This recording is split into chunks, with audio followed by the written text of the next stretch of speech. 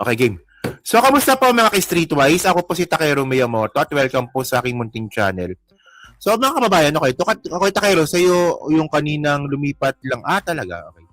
So, mga kababayan, no, ito po ang bagong drama ngayon ng mga DDS. Okay. So, ngayon, may balita po ngayon na kawawa daw si Digong. Kawawa, iyak tayo, kawawa naman si Digong. Kawawa. Sasabi dito, no, Duterte to spend holidays without family. Bawal daw eh. Detained former president, magnanakaw, tarantado, mamamatay tao, drug lord Rodrigo Duterte will be spending Christmas and New Year without his family, following International Criminal Court rules bearing visitation during holidays. Okay. So ngayon, nagpapaawa ngayon itong mga DDS, no? Na si Duterte daw po kawawa nga kasi nga araw ng Pasko at bagong taon, bawal daw po yung visitation. So, iyak tayo. Iyak tayo.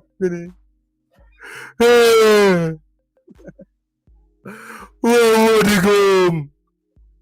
Hindi, magandang mo yung pangit ng mukha talaga. Talagang pangit ng mukha. Wow, naman Tatay Digong. Alam niyo mga kababayan, no? Kung meron man nakakaawa dito, yung mga pinatay po ni Digong, ay sila po yung nakakaawa. Yung mga padre pamilya na nagtatrabaho, na hindi naman talaga addict, hindi pusher, na wala namang ibang ginawa, kundi buhay na yung pamilya nila, dahil dyan sa putang ng reward system po na yun, pinatay sa pamamagitan ng tukang. Ilang Pasko na po silang walang tatay. Ito buhay pa nga to eh. Ito pa nga buhay pa nga to eh. Ako di ako naawa.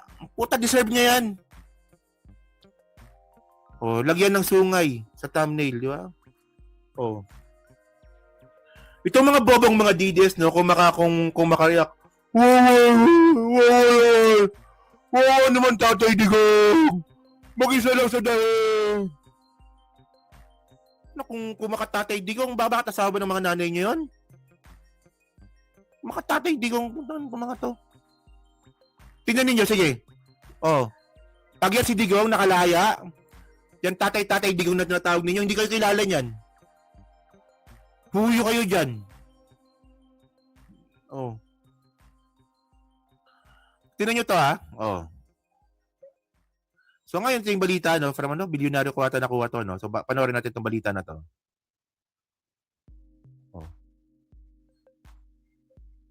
Former President Rodrigo Duterte says FPRRD will be spending Christmas and New Year without the family as the International Criminal Court bars visitation during the holidays. Kitty Duterte confirmed this to vlogger Alvin and Tourism that was posted on Facebook. Kitty, however, said there will be a lot of supporters outside The Hague where the former president is detained. FPRRD is facing charges of crimes against humanity for his bloody war on drugs during his administration. She added, ICC detainees will be holding their own celebration inside their detention cells. Ayan, nasa wala di visitation, be. Pwede pa suyo, be. Okay lang. Pwede mo yelo. Ice lang. Pwede mo ng ice, ha? Okay. So, yun mga babayan, no? So, actually, ito yung nakakatawa dito, eh. Yan. Saan na ba yun? Ito. Napanood nyo na to? Ganito po kabobo itong mga DDS na to. Tinan nyo to, no? Tinan nyo to. Lakayan natin. Yan. So ngayon, dahil nga daw po si Tatay Digong daw po hindi daw po mabibisita. So yung mga bobong mga DDS po sa labas ng dahig, puta yung tatay nilang karton. Puta nila, talaga, grabe talaga. Grabe nga to, no? Nilagyan nila ng jacket. Baka daw lamigan.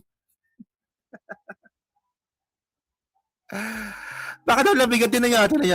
Saan na ba tayo? Paano ba play itong hayop na to? Ito pala. Kaya natin. Ito. Napakaganda ng view pag nakaganyan. Tingnan mo. O, di ba? Tangina talaga, no? O. Grabe, men. Hindi po to gawain ng ano, hindi po gawain to ng matinong tao. Hindi seriously mga kababayan. Ito yung mga bagay na hindi mo na nga dapat ginawa, pinagmalaki mo pa. Puta, karton. Karton may jacket. Ano klase katangahan to? Di ba? Ano bang ano yan? So, parang ano, di ba? Parang, ay, malamig ngayon dito sa dahig. O, jakitan natin si Tatay Digong kasi malamig ngayon. O, tingnan nyo naman, anong klase kabubuhan to, mga DDS? Alam mo ba, napakaganda ng view pag nakaganyan. Tingnan mo. Parang iinom lang siya. Di ba? Parang Yun yung ulap, di ba? Napakaganda. Tapos, Ano, nag-usap-usap yung mga... Ito yung sinasabi ko kanina eh, nung nag-usap-usap yung mga tanga eh. Ito yun eh. Oh. Talaga nag-agreehan talaga sila, no? Tingnan nyo, ang ganda ng view. Oo nga, ang ganda ng view. Oo nga, ang ganda. Di ba? Maganda ba yung view? Di ba? So, ito yung sinasabi ko eh. Ito yung sinasabi ko kanina eh. Yung mga bobo dati, mga kababayan, hindi po nagsasalita yung mga yan. Tahimik lang yung mga yan. Kasi nga bobo nga sila, di ba? Tahimik lang dati yan eh. Ay, ayoko magsalita dyan, wala akong alam. Baka pagtawanan nila ako. Eh, meron isang bobong isa na nagsalita na malakas ang loob. Puta, nag-agreehan yung mga bobo. Oh. Doon ngayon kumalat ang bobo sa internet. Di ba na, ay, oo nga pala, no? Sabing ganun. Ang dami pala natin ditong bobo. O, tingin sample. Sa tingin nyo ba, gawain ba ng matinong tao to? Hindi kayo, tatanungin ko kayo. Sa tingin nyo ba, gawain ba ng matinong tao na yung karton, talagyan mo ng jacket? Puta. Tanga eh, no? Oh. Hindi po to gawain hindi po to gawain ng matinong tao. Gawain po to ng kulto. O ang nakakatawa pa dito, tanga na nga, nag-agreean pa silang lahat. Oh, ito yung sinasabi ko nga, di ba? O lumakas ang loob ng mga bobo kasi nalaman nilang marami pala sila. yun yung ulap, di ba? Napakaganda. Tapos yung, yes, napakaganda. Para siya nasa Netherlands. Kinikilig pa yan. Kinikilig pa yung mga potay-tay niyan. Nasa Netherlands siya. Oh, parang kinikilig-kilig pa yung mga potay-tay.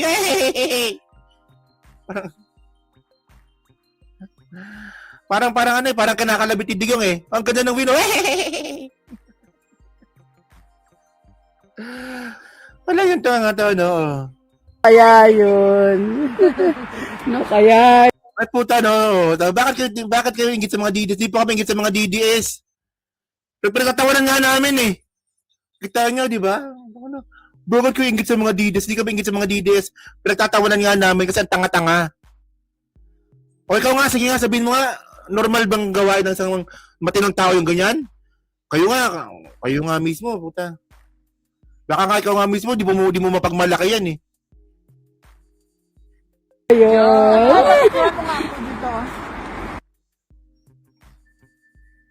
O, di ba? So ngayon, mababayan. O. Bakit daw malakas yung mga DDS? O, sobrang lakas nyo nga. Sobrang lakas ng mga DDS, mga kababayan, nakakatakot. O, yung liwasang Bonifacio nga, di mapuno. Sabi ko sa inyo, mga hibang talaga itong mga gagong to, no? O. Bakit ang lakas ng mga DDS? Puta, liwasang Bonifacio nga, di nga nila mapuno. Grabe sa baba! Talagang sumasakit ang ulo ko.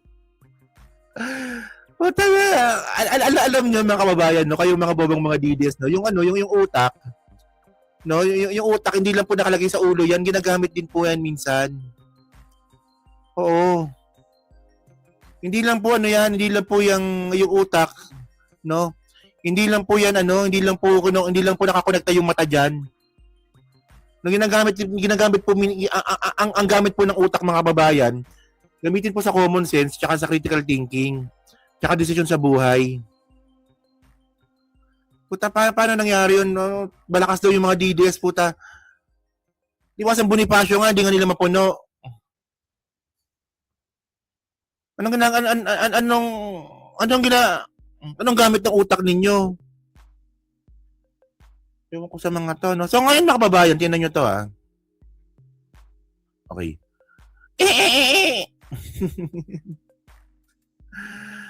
Alam nyo, sobrang drama lang. Alam nyo, drama lang yung mga yan, eh. Yung sinasabi na, nakawawa si Duterte, na dahil walang kasama sa Pasko. Tingnan nyo to, ha? Ito yung pinakamalaking drama ni Digong, eh. Experts deem Duterte fit to participate in the ICC proceedings. So, tingnan nyo, ha? Mga expert na po ang nagsabi po, no? Diyan po sa ICC, na si Duterte po, talagang fit to participate sa proceedings nga po. No? Para po harapin yung mga kaso niya. Puta, drama king na nga sa Pilipinas, drama king pa rin po sa ICC. Drama talaga no? Tingnan nyo to, oh. A panel of medical experts anonymously believe former President Rodrigo Duterte, salamat. Okay. Fit to participate in the International Criminal Court's pre-trial proceedings, including confirmation hearing. So, di ko po talaga alam yung point na kung bakit dinidelaid lang po talaga ni Kaufman yung hearing ni Digong sa ICC.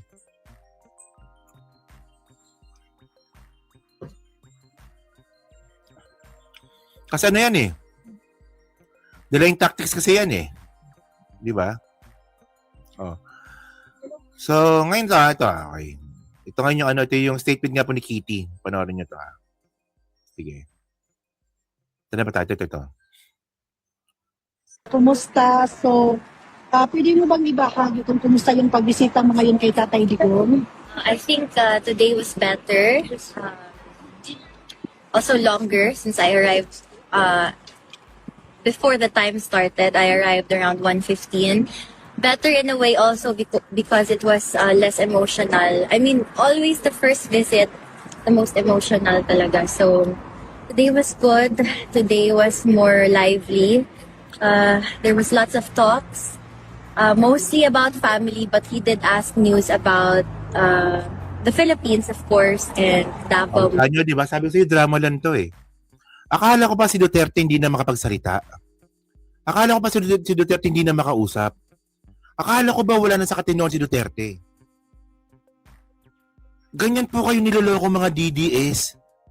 Hindi ko alam kung bakit hindi nyo mamulot yung mga utak ninyo na niloloko na lang po talaga kayo.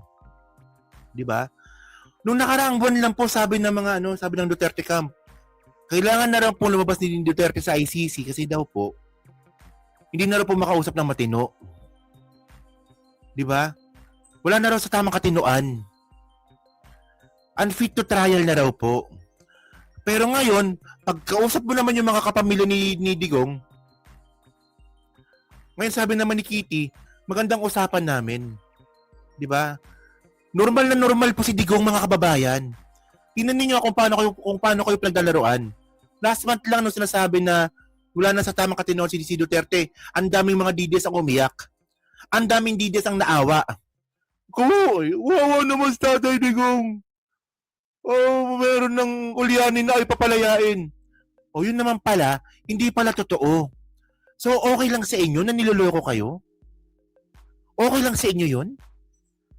Puta, pag si Presidente Bongbong Marcos ginawa sa amin tong ganito, ako mismo magagalit ako eh. Di ba? For example, si PBBM, no? Hindi mo sinabing gano'n ang gagawin, di ba? Pero para makuha lang po natin yung point natin. Di ba? No? Kung si PBBM po gagawa ng ganyan panloloko, magagalit din po ako. Di ba? Oh. At tanong ko lang, di ka ba ayaw ko sa'yo? Alam mo, pikon yung mga DDS talaga sa akin eh, no? So ngayon, mababa, no? So ngayon, ito yung point natin dito eh. No? Ganyan po kabobo yung mga DDS na yan. Di ba? Ganyan po talaga sila kabobo talaga, no?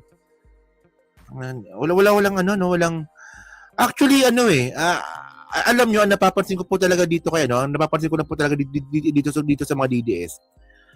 kahit na meron ng katotohanan sa kanila, kunwari, andyan na harap-harapan na po talaga yung katotohanan. Harap-harapan na yung katotohanan nandyan na. Hindi pa rin nila paniniwalaan yan kasi paninindigan pa rin po na talaga nila na kahit anong mangyari, maka-Duterte kami. So, hindi na po talaga katotohanan ng gusto nila. Di ba? Paninindigan na lang po nila yung pagiging kulto nila. Ano lang, di ba? So, ba't ang daming DDS ngayon? Ito lang. Ang daming DDS ngayon dyan na nanonood sa akin. Ano bang? Wait lang, masilipin lang ako. Ayan, okay, game. Okay. So, yun mga kababayan. So, kayo po, ano mga sabi nyo nga po dito, no? So, comment na po sa baba at binabasa ko pong lahat yan. At syempre, dyan po sa Team Replay, pa-like, pa-subscribe, di makalabisan, pa-share na po ng video po na to, no?